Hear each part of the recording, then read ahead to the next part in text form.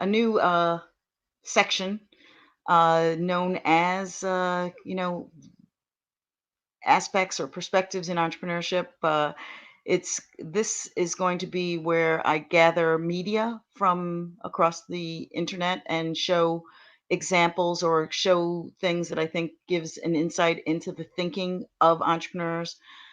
This one is going to be a TED Talk from Cardiff, from TEDx Cardiff, and it is Mark LaRousse, and it is his talk on what they don't tell you about entrepreneurship.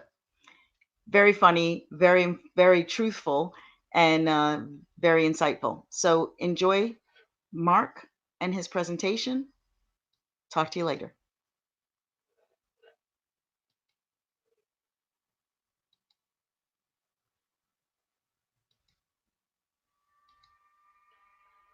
At TEDx, about to give a killer talk. If only they could see me now. Next stop, Oprah. Hashtag living the dream. Hashtag winning. Hashtag crushing it. Oh, how could I forget?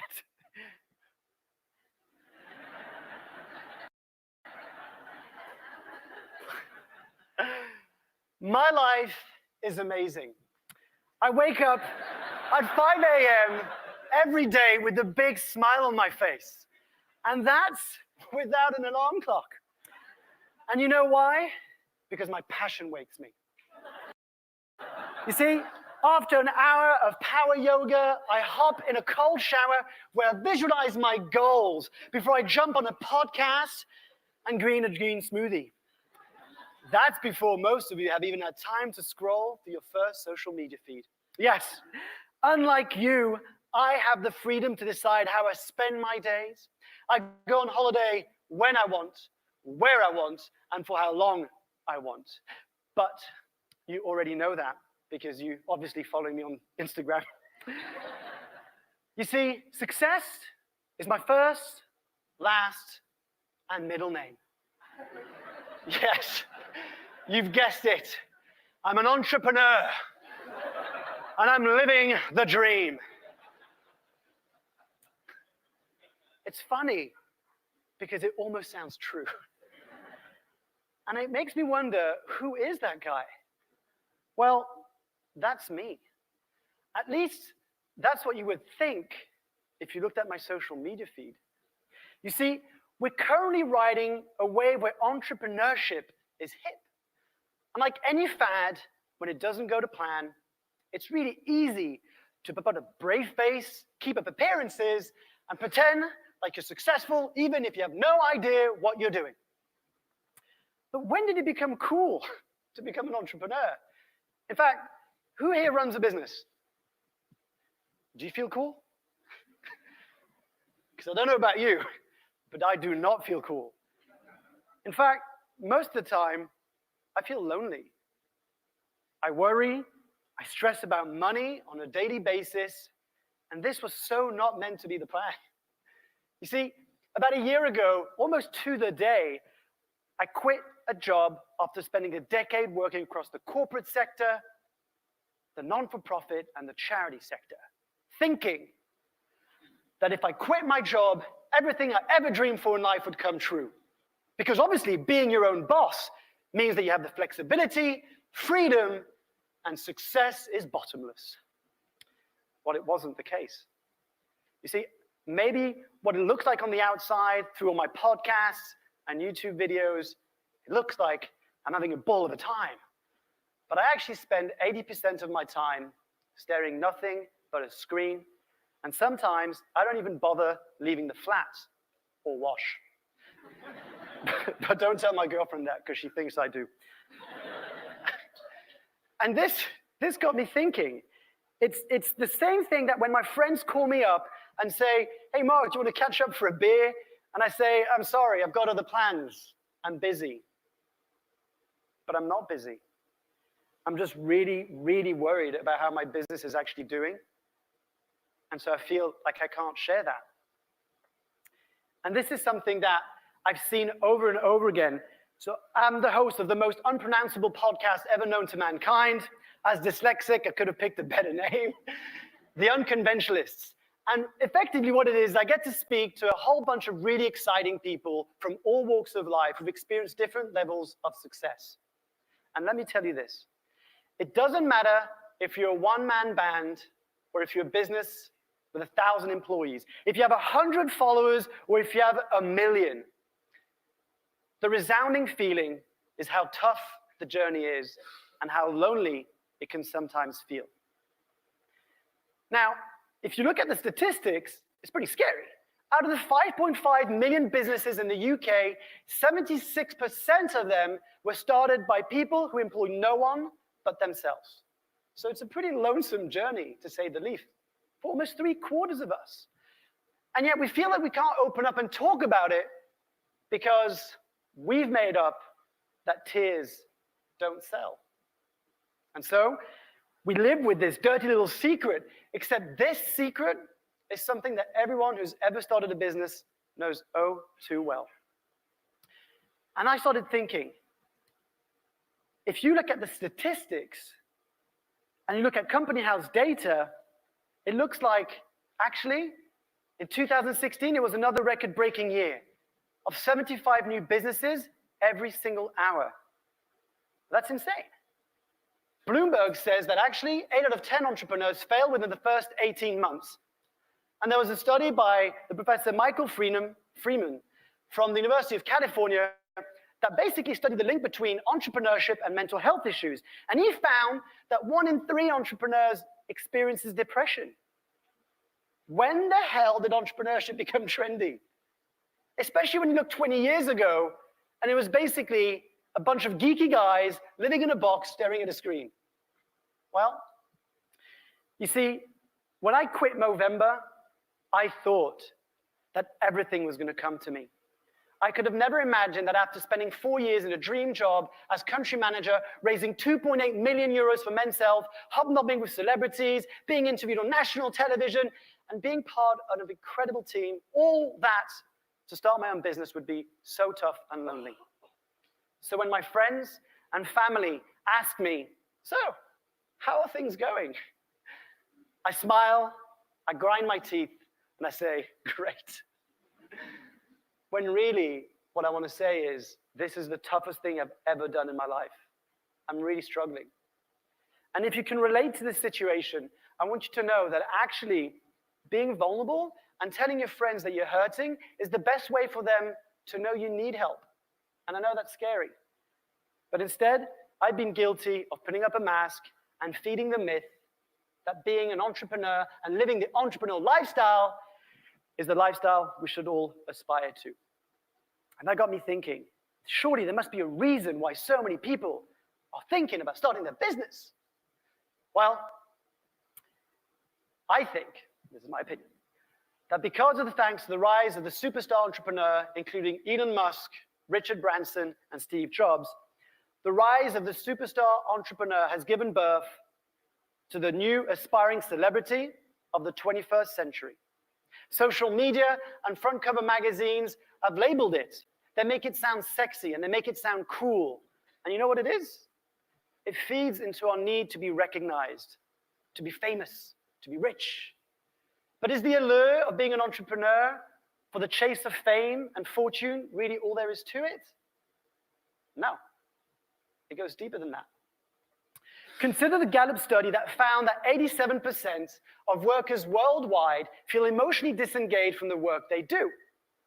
And as a self-proclaimed millennial, we've got a bit of a pickle, especially when you know that millennials are the most purpose-driven generation in decades. So there's no denying that we're currently facing a crisis at work when it comes down to finding purpose. Take a look at this mythical ad of a dream job. And for those of you at the back who can't read it, men wanted for hazardous journey, small wages, bitter cold, long months of complete darkness, constant danger, safe return, doubtful. Honor and recognition in case of success. Would you apply to that ad? Well, according to the book, The 100 Greatest Advertisements, 5,000 men responded to Sir Ernest Shackleton's ad ahead of his third expedition to the South Pole, Endurance, in the early 1900s. 5,000 people. And you know what else this ad could apply to? You've guessed it. Pretty much any startup or any new business or any bold idea you come across. Because the way that he sorted out these 5,000 applicants was by putting them either in mad, hopeless, or possible. And if you've ever tried anything bold in life, you'll know what I mean when I say it's very difficult to know in which category you come across. So the question becomes, why would thousands of people want to join Sir Shackleton down to South Pole? And would this still be applied today? And if you think it wouldn't, think again. Mars One, a controversial Dutch company, announced in 2013 that